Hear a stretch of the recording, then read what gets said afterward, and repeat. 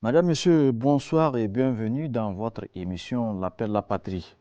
Dans ce numéro de votre émission L'Appel la Patrie, nous allons évoquer ce thème d'actualité.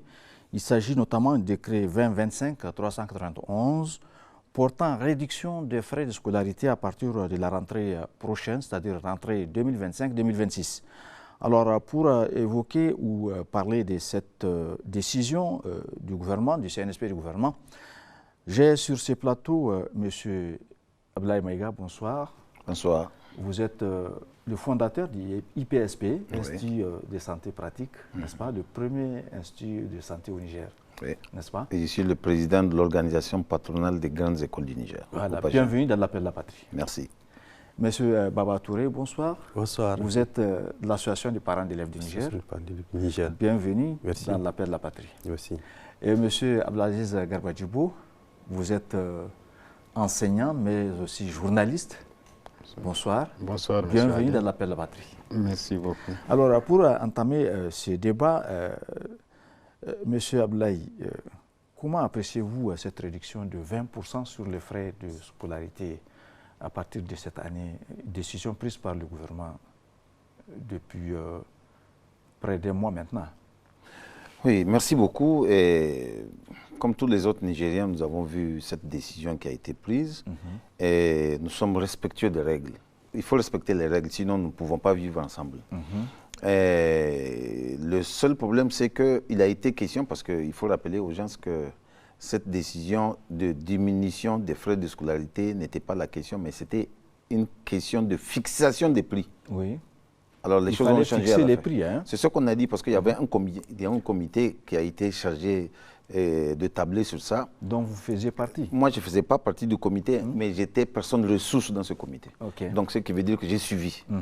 Et dans ce comité, il y avait d'abord eu un travail sur la classification des écoles. On a classé les écoles nigériennes, Oui. mais on n'a pas tenu compte de ça. On a fait un travail dans le comité, on n'a pas aussi tenu compte de ça. Parce que dans le comité, on a démontré, on a cherché à savoir la formation d'un élève ou d'un étudiant en santé, la formation d'un élève ou d'un étudiant en informatique, la formation d'un élève dans ceci et cela. On s'est rendu compte que même les frais de scolarité que les écoles prenaient ne suffisaient pas pour assurer la formation. Même ceux qui avaient été envoyés par le ministère nous posaient la question, mais qu'est-ce que nous, on va dire au ministre qui nous a envoyés? Moi, je me suis levé et devant tout le monde, j'ai dit, mais dites au ministre que vous avez fait une erreur. Vous avez pensé que les écoles prenaient plus d'argent qu'il n'en faut et que ce n'est pas le cas. Donc c'est tout. Dites la vérité, c'est tout. C'est pas compliqué. Mais nous avons été surpris que ceux qui étaient chargés de rendre compte au président de la République ne lui ont pas dit qu'il fallait fixer les prix, mais ils lui ont fait une proposition en pourcentage de diminution des frais de scolarité. Et là, ce n'est pas bon. Pourquoi? Parce que si on fait cela, il n'y a pas d'équité. Pourquoi je parle d'équité? Au Niger, nous connaissons, nous savons tous qu'il y a des écoles qui font l'école primaire, le primaire, je veux dire CICPC1, à 1 million. Je dis bien 1 million. Oui. On connaît ces écoles-là. Oui.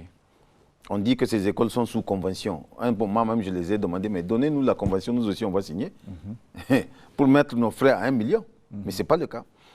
Si on fait les écoles des Nigériens, c'est à 100 000 ou à 150 000, si c'est trop, l'école primaire. Si on fait une diminution de 20%, ceux qui ont 1 million là, qu'est-ce qu'il leur reste? 800 000. Celui qui a 100 000, qu'est-ce qu'il lui reste? 80 000. 80 000, oui. Et en même temps, on va demander la qualité. Hein.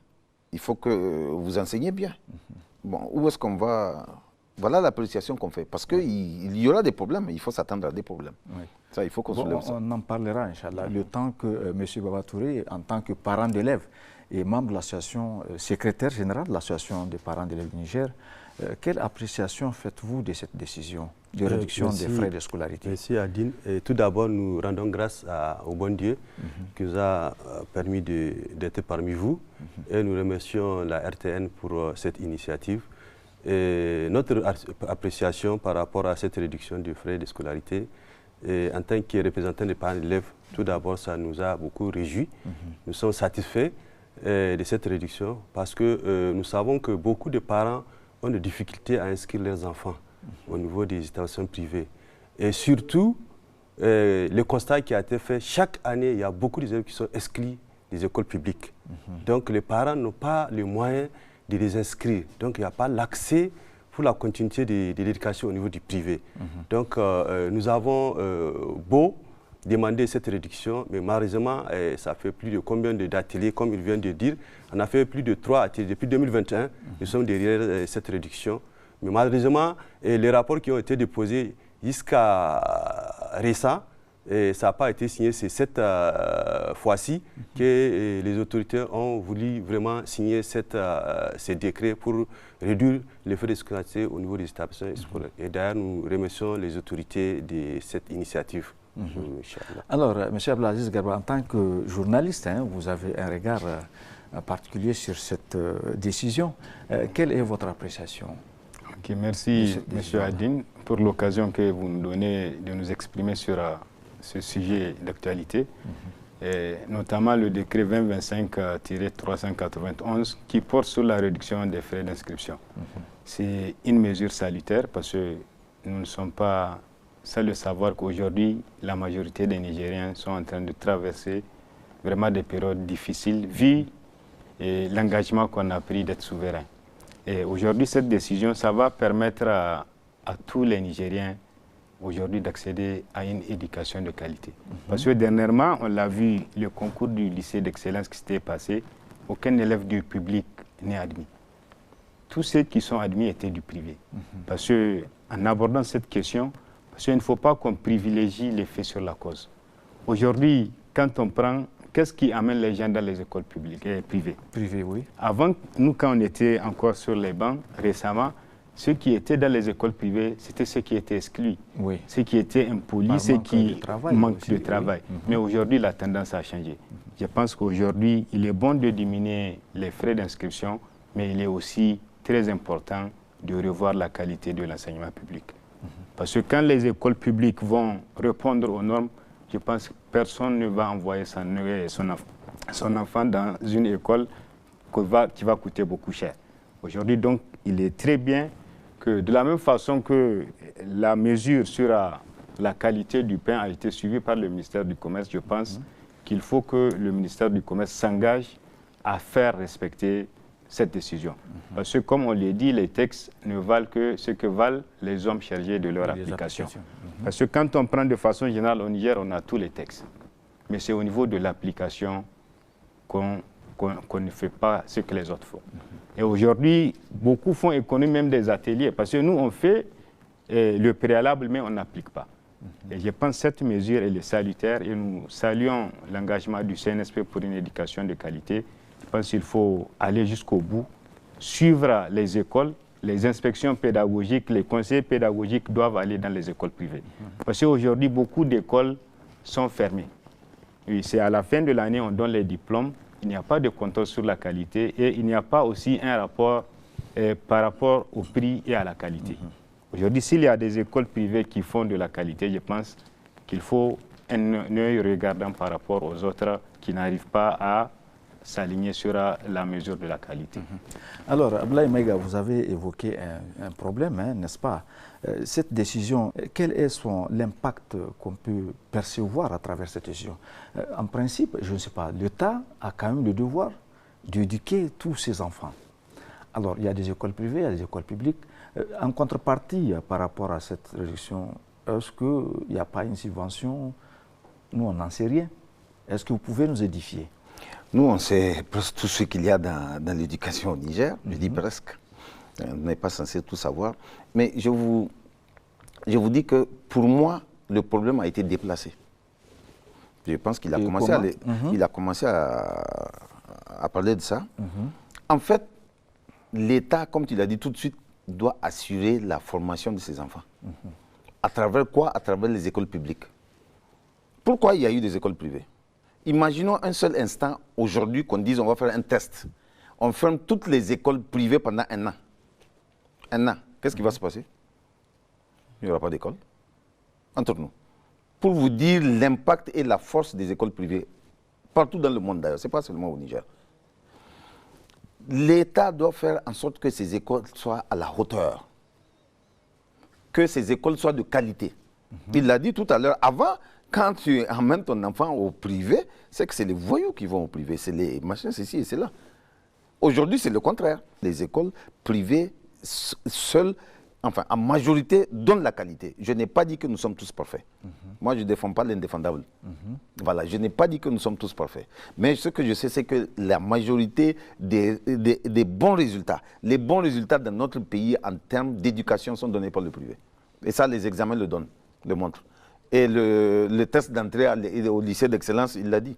Il n'y a pas un seul du public qui a dit. Oui, mais ce qui est sûr, l'État aujourd'hui ne peut pas tout faire. Donc, d'où? Donc, ce n'est pas le fait de créer des écoles privées. Mais justement. Mais l'école publique est quand même là. Quand on veut mener une politique, il faut des moyens.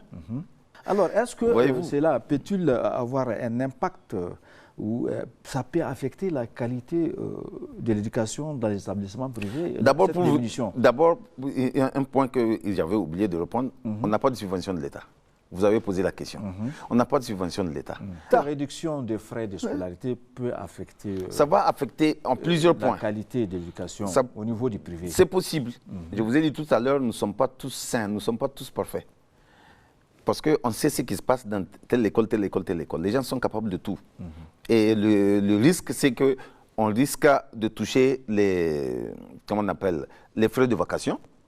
On risque de toucher... Ça aussi, c'est des parents des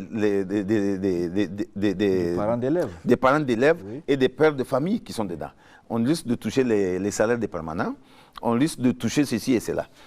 Deuxième chose, ces détails, monsieur Maïga, non, deuxième chose, je parle de la qualité. Il faut prendre les choses dans leur globalité. Je parle de la qualité aussi. Oui. La qualité, quoi? Parce que les frais de scolarité nous permettent de faire face à certaines dépenses. Si nous devons prendre, et l'État exige la qualité, il faut préciser, l'État nous exige la qualité. Si nous devons prendre tel professeur, tel enseignant, à tel frais, à tel frais, à tel frais, et que nous n'avons plus ces moyens, qu'est-ce qu'il faut faire? C'est qu'il faut jongler. Quand vous jonglez, vous risquez de diminuer même le volume horaire. C'est possible, hein? Moi, je sais que certains peuvent le faire. Diminuer le volume horaire. Si c'est 20 heures de cours, les gens vont dire non, il faut faire 15 heures. Monsieur Baba Touré, est-ce que vous pensez que cette réduction, mais vous l'avez appréciée, n'est-ce pas? Est-ce que vous pensez qu'elle peut impacter positivement ou négativement l'enseignement au niveau du privé? Nous, ce que nous pensons, il n'y aura pas beaucoup de changements par rapport à la gestion des établissements privés. Parce que la réduction, elle est minime. Elle n'est pas trop grande par rapport à ce que nous pensons. Certes, le Maïga a bien parlé du comité, les travaux du comité. Le comité a travaillé, puisqu'il a travaillé sur 2 groupes. Il y a ceux qui ont travaillé sur l'enseignement général et il y a ceux qui ont travaillé sur l'enseignement professionnel et technique. Donc, au niveau de l'enseignement professionnel et technique, c'est vrai, il y a des matières d'œuvre qui exigent beaucoup de montants. Mais suivant tous les calculs, il y a eu des sommations, il y a eu des simulations de prise en charge des établissements. Et compte tenu de ça, le comité a jugé utile de fixer certains prix. Mais heureusement, pour nous, ou malheureusement pour certains, l'État a bien pensé d'être équitable. C'est pour cela que nous pensons que l'État avait fixé la réduction de 20%. Et la réduction de ces 20%, nous pensons la qualité au niveau d'un établissement, c'est le leadership du promoteur. Si le promoteur est vraiment, il a la rigueur, il s'impose, il n'y aura pas de changement, il y aura pas de... Parce que ce n'est pas les infrastructures qui font la qualité de l'éducation, ce sont les personnes. Ce sont les personnes qui font la qualité de l'éducation. Et Maïga, nous savons, le leadership, Maïga, nous savons son établissement, son leadership a mené où se trouve maintenant son établissement. Donc, mais certains établissements privés, c'est que c'est le nom seulement. Et certains établissements privés, ils ne fournissent pas beaucoup d'efforts par rapport aux établissements publics. Parce que vous savez, au niveau des établissements publics, ils prennent tous les niveaux des élèves. Les niveaux des élèves vraiment, qui ont la capacité d'assimiler les cours, ceux qui sont bons et ceux qui ne sont pas bons. Mais dans certains privés, ils sélectionnent les élèves. Ils sélectionnent. Du moment où vous avez sélectionné les élèves, vous avez ce sont des enfants qui sont déjà à un niveau où ils peuvent facilement apprendre. Donc, il n'y a pas beaucoup d'efforts par rapport au public qui regroupe des milliers et des milliers d'élèves. Et ça, nous pensons que c'est un effort que l'État a fait. Et nous pensons qu'il n'y aura pas tellement d'impact si vraiment les fondateurs... L'impact négatif. Oui, ça ne sera pas négatif. Ça ne sera pas négatif. Certes, ça va diminuer leurs revenus. Oui. Mais compte tenu du calcul et des montants, des dépenses qu'ils font, nous, c'est que nous avons vu au niveau de... J'ai participé à l'atelier. Du comité. Donc, ils peuvent s'en sortir. Seulement, c'est la gestion qui dépend des personnels et des finances qui va impacter. Oui. Si la personne vraiment n'a pas bien géré au niveau de son établissement, ou n'a pas ce leadership de gérer le personnel, ça va impacter sur la qualité de l'éducation. Mais je pense que certains établissements sont mieux outillés pour vraiment continuer dans la qualité de l'éducation. Ceux qui vont faillir, c'est qu'ils sont d'office, on sait comment ils gèrent leur établissement. C'est ce qui va peut-être causer certains problèmes au niveau de leurs établissements. Mais nous pensons que ça ne sera pas négatif, ça sera vraiment positif et ça va créer une concurrence au niveau des établissements privés. Parce que maintenant, c'est maintenant qu'on va savoir qui est vraiment un responsable d'une établissement privé. Donc nous pensons qu'avec cette mesure-là, les fondateurs des établissements privés vont nous montrer vraiment ce qu'ils sont vraiment capables de faire à travers l'éducation de nos enfants. Et à travers ça, c'est que nous pensons que c'est maintenant avoir vraiment l'engagement des parents pour honorer les engagements pris lors de l'inscription des enfants. C'est ça qui va vraiment amener à ce que les écoutations privées soient vraiment dans leur toute responsabilité à gérer et à amener la qualité, à reconduire et à continuer dans la qualité de l'éducation au niveau du privé. Donc nous pensons que vraiment, ces mesures-là, il n'y aura pas beaucoup d'impact négatif par rapport à l'éducation. Alors, Monsieur Abdelaziz, est-ce que vous ne pensez pas que, justement en parlant de cet impact positif, est-ce qu'il n'y a pas lieu de faire un état des lieux de tous ces établissements privés que nous connaissons ici au Niger? Merci Adine. Je pense qu'il est important à chaque fois qu'on avance dans la vie de se retourner et de faire l'état des lieux comme vous l'avez dit. Mais permettez-moi de revenir un peu parce que aujourd'hui, c'est comme si on dit que l'État ne fait rien pour les écoles privées. Mais je pense que quand il y a la quiétude, la paix sociale, la sécurité, je pense que ce sont des conditions indispensables pour créer l'école. Donc je pense qu'il y a un minimum que l'État est en train de faire. Et l'État peut aussi accompagner les écoles privées avec du personnel. Ça va faire en sorte qu'il y ait moins de chômage parce qu'il y a beaucoup qui sortent des écoles, de ces mêmes écoles, mais qui, dans le service civique, sont envoyés dans des ministères où ils ne sont pas utiles. Je pense que ces mêmes écoles, avec la qualité de l'enseignement qu'ils ont donné à leurs étudiants, ces étudiants peuvent, au titre de l'État, au nom du service civique, partir travailler pour accompagner cette mesure. Et je pense qu'il faut faire l'état des lieux. Aujourd'hui, quand on prend dans le privé, certains privés, c'est l'exploitation de l'enseignant. Quand on prend 5 élèves, peuvent payer tous les frais que de trucs, les frais des enseignants. Les frais des enseignants. Aujourd'hui, je pense que ce n'est pas sur la qualité qu'on a dit de réduire 20%. C'est sur la marge bénéficiaire, la marge de bénéfice que les écoles sont en train de gagner. Et il y a un grand bénéfice qui est en train de se tourner. Vous pensez que la marge bénéficiaire de ces écoles est assez... Oui, la marge est assez grande pour que quand ces 20%-là vont être consentis... Ils ont aussi des charges. Ils ont des charges. Et aujourd'hui, nous sommes... C'est un sursaut patriotique que chacun doit faire. C'est dans le cadre de la refondation. La citoyenneté, c'est de ne pas demander ce que ton pays peut te faire, mais ce que tu dois faire pour ton pays.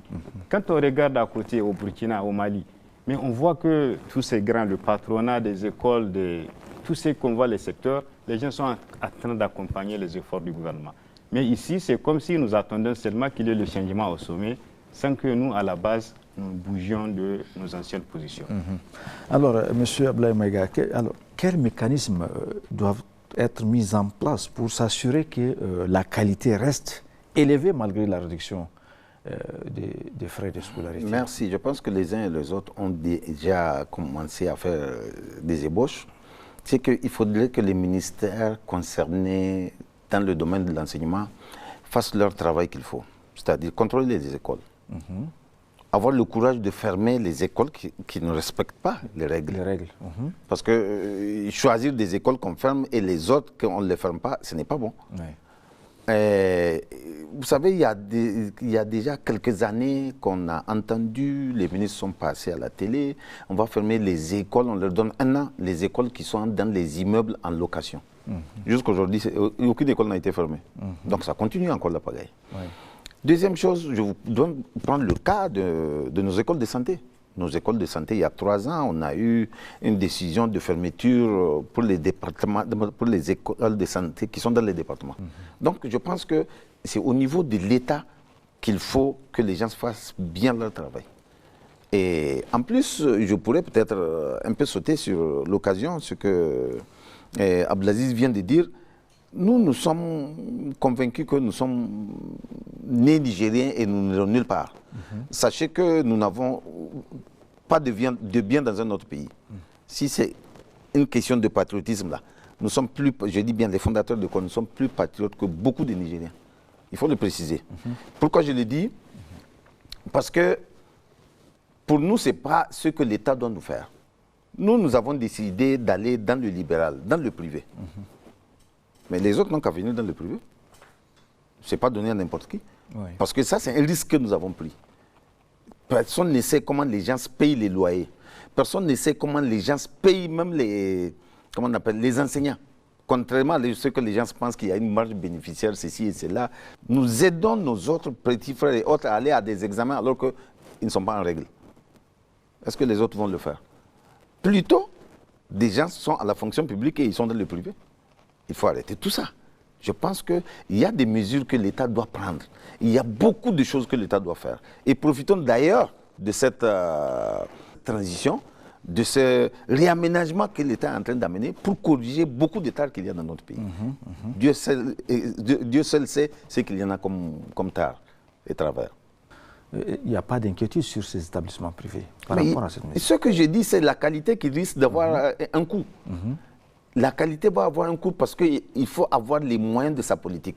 Et les écoles risquent de ne pas avoir les moyens de leur politique.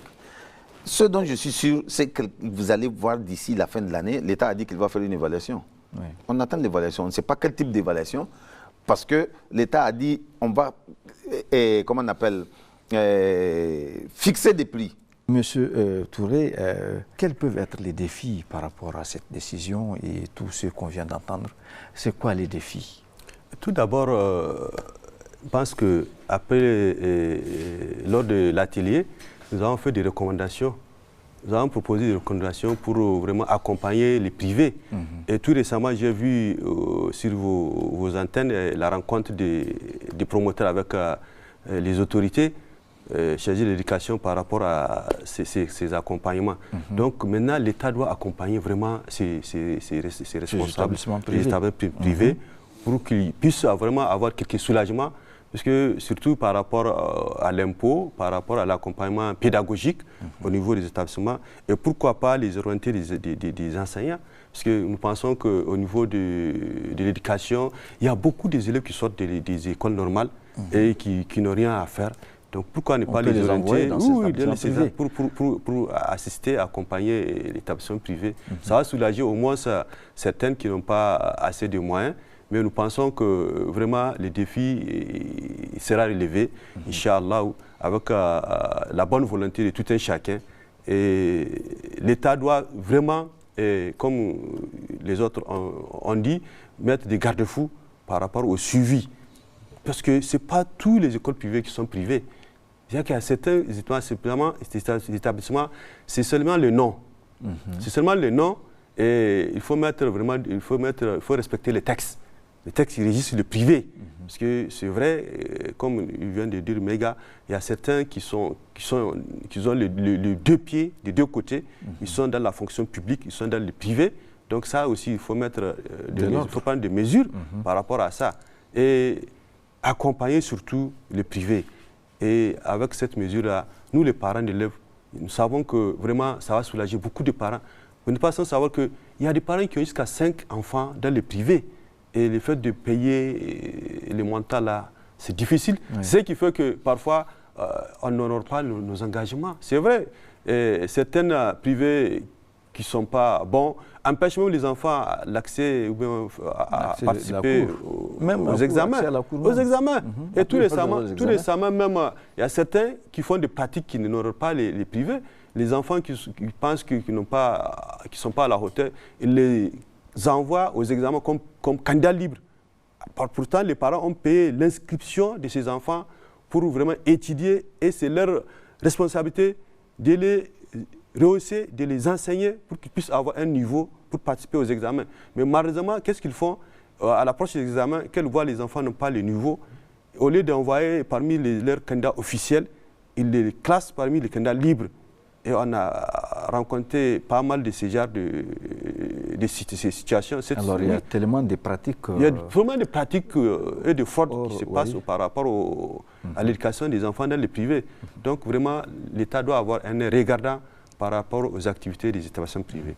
Al-Aziz, selon vous, quels peuvent être les défis par rapport à tout ce qu'on vient d'entendre, notamment par rapport à la réduction de 20% sur les frais de scolarité? Effectivement, les défis qui sont liés à cette réduction, parce que premièrement, il y a d'abord le contrôle des prix. Parce qu'aujourd'hui, certaines écoles, ils ont augmenté les prix d'abord. Si c'était à 110 000, les gens ils augmentent à 130 000, 135 000 et puis ils font la réduction de 20%. Donc ce qui fait qu'au lieu de constater une diminution, c'est même une hausse des inscriptions que cela a créé. Les gens ont dit qu'ils sont d'accord à réduire, mais ils ont augmenté. Et je pense qu'il faut du courage pour qu'au niveau, comme je l'ai dit, la question du pain et le ciment, je pense qu'il faut des inspecteurs de contrôle des prix qui vont aller d'école en école pour faire respecter le décret. Et il faut qu'il y ait aussi l'accès à l'information, comment les gens peuvent toucher ces contrôles de prix. Aujourd'hui, c'est sur Facebook, c'est sur WhatsApp que les gens font les dénonciations. Je pense qu'il faut une ligne verte pour que les informations puissent remonter là où il faut, et pour qu'il y ait la sanction. Parce que déjà, quand on prend tout ce qui a amené cette situation, c'est la sanction qui n'est pas dans notre pratique. Et quand on prend l'un des problèmes liés à cette question, parce que c'est la cause, aujourd'hui, on ne peut pas, la contractualisation, je pense que certains l'ont dit, les contracteurs ont un statut précaire. Et ce qu'il faut même, c'est qu'il faut qu'au niveau du ministère, qu'il y ait un œil regardant par rapport à ceux qui laissent le public pour aller dans le privé. Je pense que le DG l'a dit, il faut que les gens aient le courage de faire un choix dans la vie. Soit on est dans le public ou bien on est dans le privé. Mais pas fermer la porte du public pour aller au privé. Je pense que ce sont tous ces défis-là qui sont là. Et le courageux, le ministre du Commerce est là. Je pense qu'il y a toute une série de mesures qui sont en train d'être prises pour que vraiment ce décret soit respecté. Monsieur Mega, quels sont selon vous les défis qui s'opposent aujourd'hui par rapport à cette réduction des prix dans les écoles privées? Mais défis, il y en a tellement. Il y en a tellement, mais les plus importants, les plus visibles sur place. Les plus visibles, vous savez que beaucoup d'établissements n'ont pas de local propre à eux. Ils sont dans des immeubles de location. Il faut d'abord payer les locations. Même ceux qui se passent dans les locations, l'eau n'a pas diminué, l'électricité n'a pas diminué. Et les impôts, Touré l'a dit tout de suite, c'est là. Nous sommes un pays souverain au Niger. Si nous n'avons pas les moyens de faire le développement de notre pays, on n'ira nulle part. Et il faut les moyens. Et les moyens, c'est notre pétrole, c'est notre uranium, c'est notre machin, tout ce qu'il y a, c'est les impôts qu'on prend chez les gens, tout est dedans. Et il faut ça. Tant que cela, ça manque, ça va. C'est la même chose, c'est la même structure dans les entreprises, parce que c'est juste petit par rapport au pays. Et c'est la même logique qu'on doit avoir. Nous, notre souhait, c'est qu'il y ait toujours de la qualité. Parce qu'il y va de notre survie nous-mêmes en tant qu'école. Si nous ne faisons pas de la qualité, mais c'est fini, qui va venir tant qu'il n'y a pas de qualité? Bien que certaines personnes ne pensent qu'aux frais de scolarité, parce que, disons-le, même les parents d'élèves ont démissionné. Parce que tant que tu ne cherches pas l'école qui donne le meilleur résultat pour amener ton enfant, mais tu amènes ton enfant là où c'est moins cher, mais tu dois t'attendre à ce que la formation ne soit pas bonne.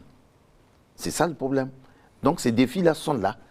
Mais gageons que l'État va prendre son bâton de commandement pour dire les choses et faire respecter les choses.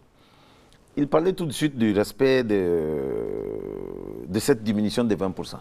Mais il ne faut pas oublier qu'avant que cela ne soit fixé, les ministères concernés ont demandé à toutes les écoles d'envoyer leurs fiches de renseignement. Donc c'est facile de contrôler. On va vérifier ta fiche de renseignement. Maintenant, qu'est-ce que payent les parents d'élèves maintenant? Parce que toutes les écoles ont fait des fiches à part, parce qu'on a dit que c'est pour 1 an. On va évaluer. Donc, ce n'est pas de nouvelles fiches qu'on fait, mais des fiches qui sont saisies pour dire, voilà le prix d'avant, voilà le pourcentage qu'on doit enlever, et maintenant, voilà ce que ça reste. Pratiquement toutes les écoles ont fait la même chose. Alors, maintenant, ceux qui ont triché, ça c'est un autre problème. Et c'est facile de contrôler ça. Voilà. Selon vous, Maïga, est-ce qu'il faut fixer les prix ou alors on reste dans la réduction? Non, il faut fixer. Comme ça, en ce moment, il y aura équité. Je parle toujours de ceux qui font 1 million. Ceux qui font 1 million ont toujours 800 000 et nous, on a 80 000. Il n'y a pas d'équité dans ce cas de figure. Il faut fixer les prix. Si on dit école primaire de CI en CM2, c'est 100 000 ou 200 000, que tout le monde fasse 200 000. Pourquoi les autres font 800 000?